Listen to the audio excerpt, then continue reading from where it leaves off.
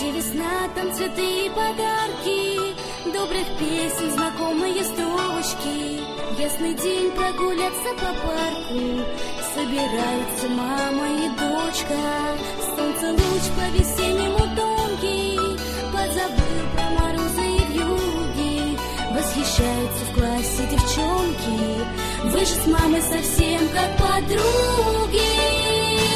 Мама и дочка, они так похожи.